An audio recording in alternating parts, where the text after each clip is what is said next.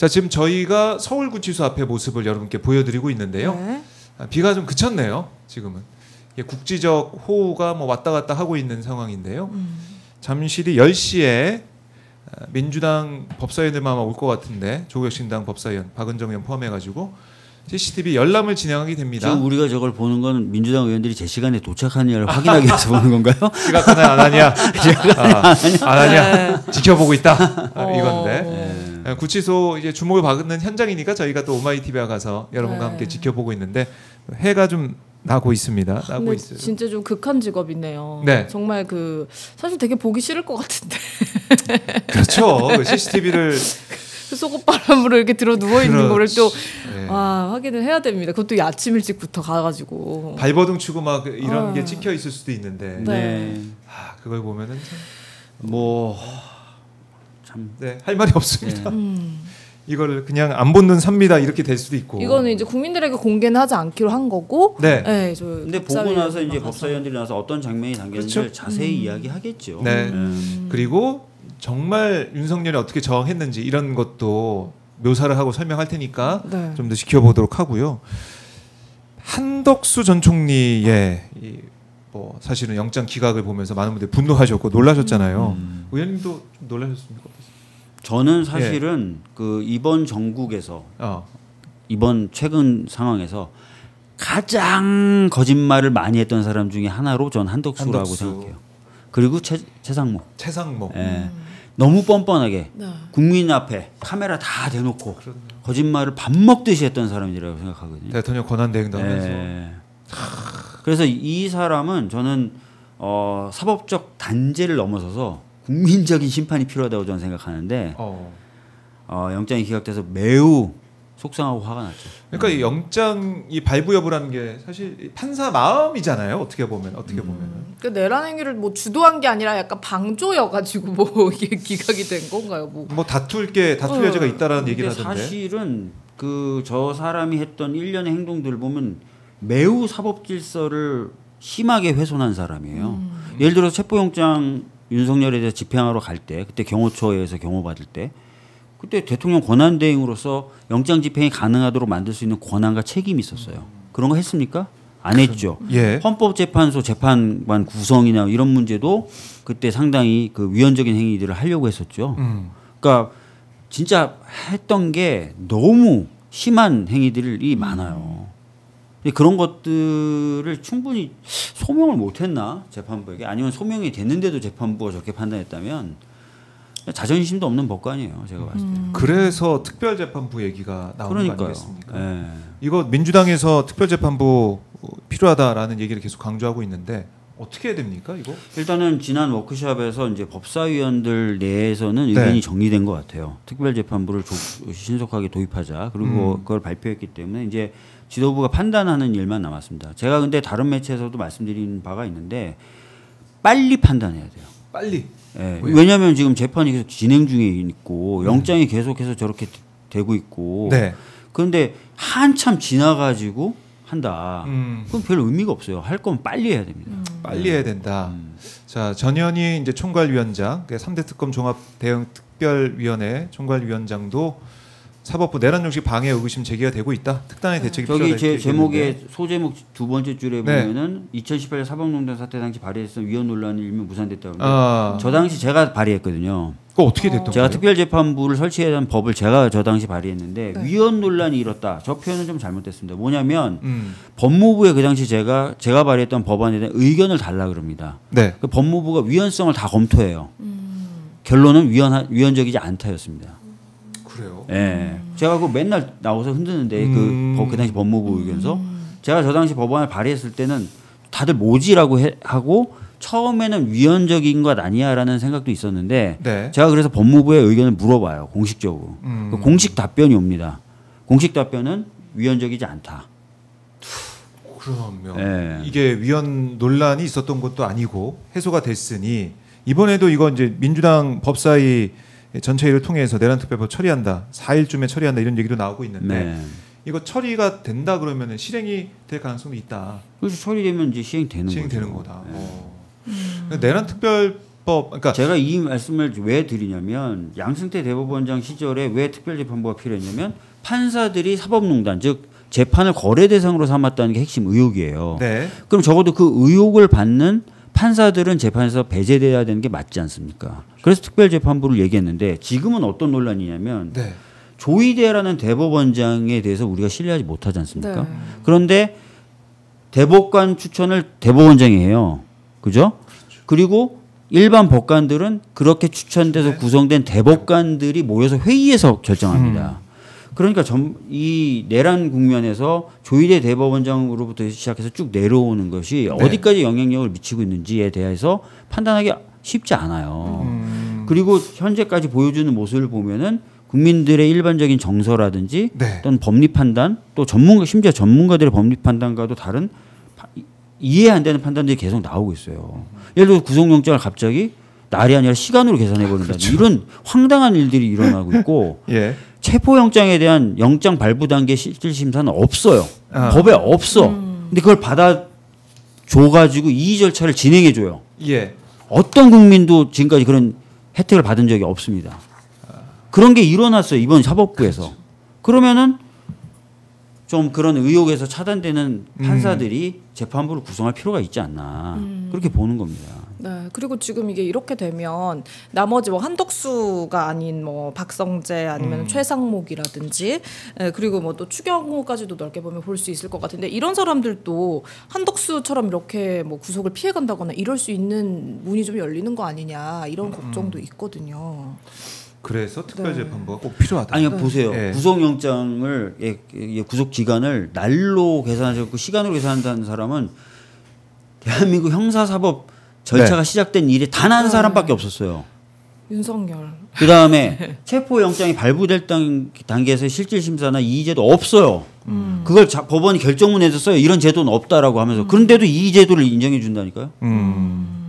아니, 더 웃긴 거는 시간은 이제 이번만 하고 다음부터는 다시 일수로 한다. 뭐 이렇게 그 후에 수정하지 않았습니까?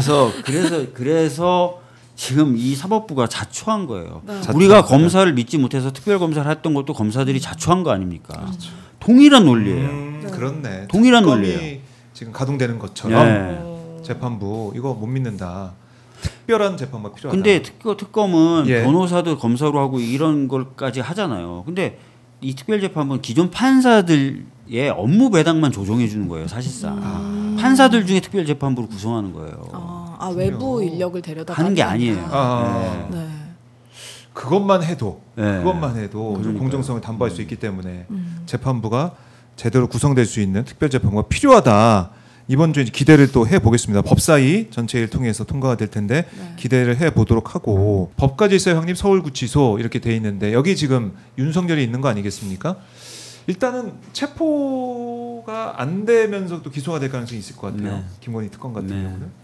시간을 이제 많이 쓰기가 네. 뭐 어렵다는 한계가 좀 있긴 있는 거죠. 근데 어쨌든 초반부터 좀 적극적으로 법 집행을 했었으면 그러니까요. 좀 더 나아졌을 텐데 수갑도 제가 포승줄도 안 쓰고 아쉬운 점이 있어요.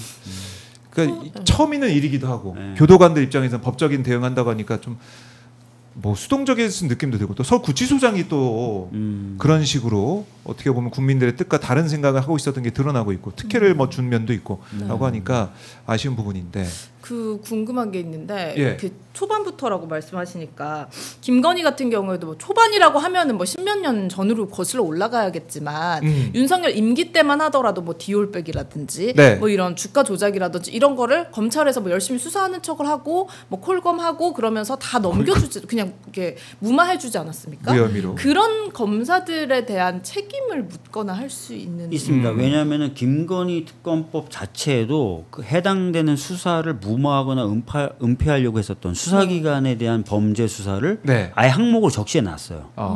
할 수 있는데 다만 제가 듣고 있는 좀 우려스러운 이야기는 내란 특검이든 네. 김건희 특검이든 검찰에 대한 수사가 더디다는 거예요.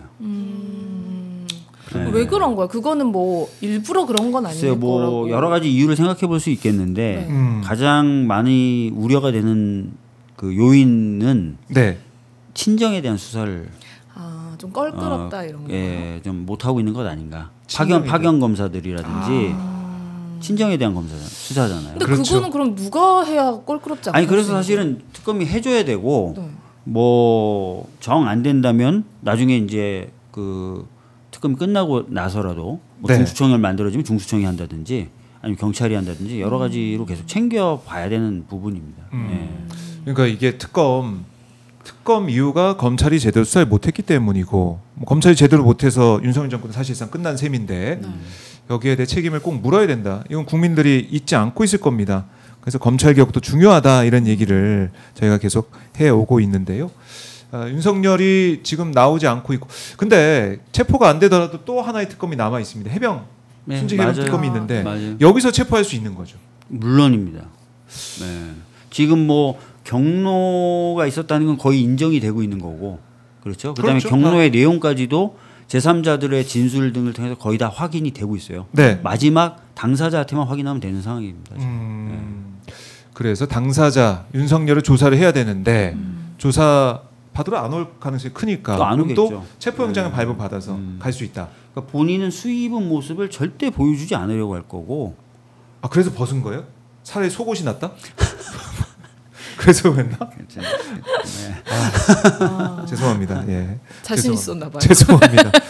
그러니까 그러면 안 되는데 또 그렇게 네. 버티면은 해병 특검에 갔을 때. 근데 이제 이전과 다른 건 일단 구치소장이 교체가 됐고요. 그다음에 앞선 2번의 시도가 있었기 때문에 네. 노하우가 좀 쌓였나요? 네, 해병 특검은 좀 다를 수 있죠. 해병 특검은 다를 수 있다. 네, 근데 어쨌든 이게 진짜 시간이 좀 촉박하긴 하네요. 네, 너무 촉박한 방대하고요. 상황이고 또. 하기 네. 때문에 집중해야 되는데 그러다가 놓치는 게 있을까봐 너무 걱정인 거예요, 우리 국민들께서는. 네, 그리고 또 아까 얘기 나왔던 것처럼 이렇게 열심히 해서 넘겨봤자 재판부에서 이상한 판결을 또 내릴 수 있기 때문에 이것도 빨리 이제 처리가 되어야 하는 부분이고. 네, 이거 저희가 계속 지켜봐야 될 것 같고요. 자, 지금 보니까 한국일보 보도를 보니까 특검팀이 윤석열 이 비서관 윤재순 전 비서관이 올해 2월 하순쯤 총무비서관실 직원들에게 윤석열이 탄핵될 경우를 대비해서 이른바 플랜 B 계획을 세우도록 지시한 걸로 파악이 되고 있다는 거예요. 제철소 용광로에 PC를 넣어서 터미네이터인가요? PC를 넣어서 초기화해서 폐기해라 용광로에 넣어서. 야. 아니 디가우징도 있고 예. 많이 쓰는 방법도 있고 전자레인지에 돌리는 방법도 있고 한강에 던지는 방법도 제철소 있는데 용광로는 뭡니까 이거? 그것도 안 되고 더 엄청 불안했나 보네요. 제철소 용광로. 아 그거는 이제 복구가 안 되겠네. 용광로에 녹여버리면은 그럴 정도로 증거인멸에 열심이었다. 기억나시겠지만 터미네이터가 용광로에 스스로 뛰어들죠. 그 이유는 네. 자기 자신을 남기지 않아서 자기 자신을 연구해서 그런 어떤 로봇이나 컴퓨터를 만드는 걸 막기 위해서 완전히 없애버리기 위해서 거기 뛰어든 거죠. 예. 맞아요. 그런 차원, 그러니까 네. 완전히 복구 불가능한 수준 해라 이런 차원이고. 뭐 터미네이터 그때 뭐 뛰어들고 하면서 엄지척을 했나요? 엄지척을 했죠. 예. 일본 기후 찍어라. 1번 찍어라. 터미네이터까지 일본을 얘기. 아 그랬네. 네, 역대급 구이를 영화였습니다. 할 수도 있었는데 엄지척으로. 네. 그런데 메시지가 있는 영화였다 생각이 들고 사실은 이재명 대통령이 취임 첫날 대통령실 상태를 두고 이런 얘기했었어요. 무덤 같다. 컴퓨터도 프린터도 없고 황당무계하다 이런 얘기를 했는데 다 갖다 버리고 다 네. 이렇게 했었군요. 어떤 비품이 있었는지 목록조차 없다는 거예요. 아유. 대통령이 그러시더라고요. 목록조차 없다. 그런 것들 그러니까 일부러 의도적으로 파기한 거에 대해서는 나중에 가중 처벌이나 이런 게 사실은 그래서 네. 대통령 기록물법을 조금 수정해야 됩니다. 개정해야 되는데 특히 이제 탄핵됐을 때 대통령 기록물 지정 권한을 권한대행이 행사하게 돼 있어요. 근데 이번처럼 사실상 탄핵된 대통령과 공범관계인 그렇네요. 경우에는 은폐하기 급급하겠죠. 그렇지. 예. 그렇지. 제가 들은 소문 되게 많은데 최상목이나 한덕수가 끝까지 신경 썼던 게 네. 대통령 기록물 지정 권한 내가 행사할 수 있냐, 내가 행사해야 된다. 그걸 계속 물어봤다는 거예요. 예. 그렇네. 그래서 제가 제 기억엔 제가 기자회견도 하고 그랬었던 것 같아요. 그거 하지 말라고. 네. 예. 그래요. 이 증거 인멸 가운데 사실상 어떤 증거를 있었는지 넣어버리는 거죠. 몇십 년 그러니까. 동안. 예. 아예 못 나오게 증거를 넣어버리는 그런 걸 하려는 그런 상황이었다. 그리고 어느 정도 그게 또 이루어졌는지도 봐야 될 것 같고